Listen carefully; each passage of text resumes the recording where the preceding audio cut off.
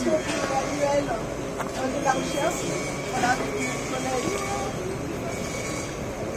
Nous allons parler tour à tour. Donc, nous nous opposons à cette loi parce qu'elle a comme... alors, on va nous dire ce n'est pas encore une loi. Nous avons 3 rapports préparatoires à l'élaboration de cette loi, dont les orientations sont très claires. Ils vont dans un sens de la précarisation de tous les personnels et particulièrement, donc là je vais évoquer brièvement le cas des enseignants-chercheurs. La référence à nos 192 heures d'équivalent TD par an ne serait plus la mesure de référence. Il serait donc possible, dans un contexte d'économie budgétaire voulue par l'État dans une perspective néolibérale, de nous obliger à faire des heures complémentaires qui seraient incluses dans notre service sans être payées dorénavant. C'est évidemment pour les plus jeunes, ceux qui entrent dans la carrière, que ces menaces sont les plus grandes, parce que par ailleurs, le gouvernement prévoit une loi de ce qu'on appelle aux États-Unis des tenure tracks, c'est-à-dire des formes de CDD pour les doctorants nouvellement devenus docteurs et doctorantes qui seraient des jeunes docteurs.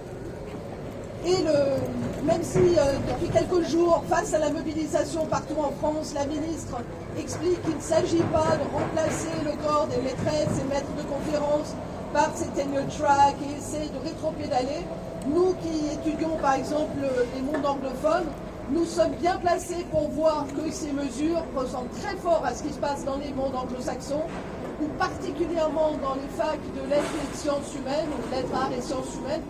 On constate que nos collègues sont très grandement précarisés, que des départements entiers de langue ou d'art disparaissent, et que les droits d'inscription ont très fortement augmenté. Pour ceux qui ne voient pas le rapport, il y a un rapport. Dès qu'on baisse les fonds pour la recherche, dès que l'on menace, comme le fait ce gouvernement régulièrement, de ne plus payer les augmentations mécaniques de salaire pour nous, enseignants-chercheurs, qui sont liés à ce qu'on appelle le GBT. Bon, je ne rentre pas dans le détail technocratique, mais bref, le gouvernement a déjà fait un chantage à cet égard l'année dernière en disant que les facs qui n'acceptaient pas de faire payer davantage les étudiants extra-communautaires ne verraient pas augmenter leur enveloppe justement pour payer les augmentations de salaire des personnels. Tout cela est d'un bloc, ça va toujours dans le même sens.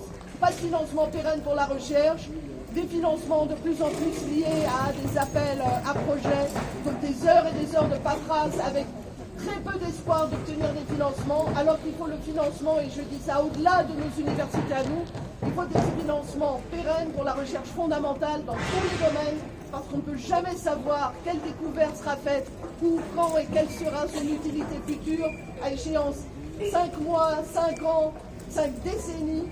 Et c'est pour cela qu'ici, nous sommes tous mobilisés à la fois sur cette question et sur cette retraite, qui bien sûr est liée. Mais je vais passer la parole à mon collègue et camarade David, très brièvement. Je suis désolée d'avoir été un peu long.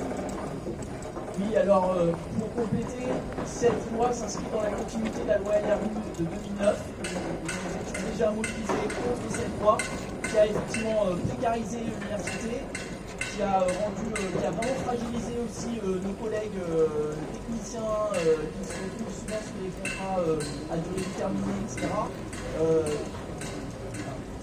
Donc cette loi, c'est une loi systémique, ce n'est pas juste une loi qui est ponctuelle, c'est une loi systémique qui va changer la structure radicalement et qui effectivement à terme nous craignons aboutira à une augmentation des frais d'inscription dans l'université. L'année dernière, il faut se rappeler que le ministère avait tenté d'obliger les universités à augmenter les frais d'inscription pour les étudiants à l'étranger. Nous, évidemment, nous craignons que ça soit dans le futur aussi pour tous les étudiants concernés. Merci pour la chance de pouvoir vous exprimer. Moi, je voudrais dire un mot pour le sort des étudiants aussi, donc pas en ce qui concerne les frais d'inscription, mais en ce qui concerne la déconnexion prévue par cette loi LPPR entre la recherche et l'enseignement. Puisqu'il faut bien comprendre que si vos enseignants, donc les enseignants-chercheurs, sont punis, nous on ne voit pas l'enseignant comme une punition, mais manifestement dans cette loi ce sera une punition si on est punis, parce que certaines voient un décrochage de leur recherche par plus d'enseignement, ça veut dire que la spécificité de la fac, c'est terminé. Il va y avoir uniquement des enseignants et plus d'enseignants-chercheurs.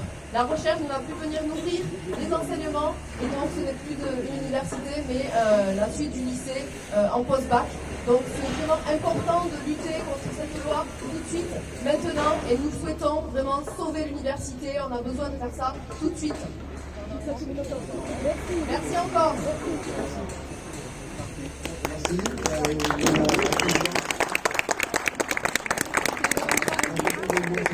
Merci.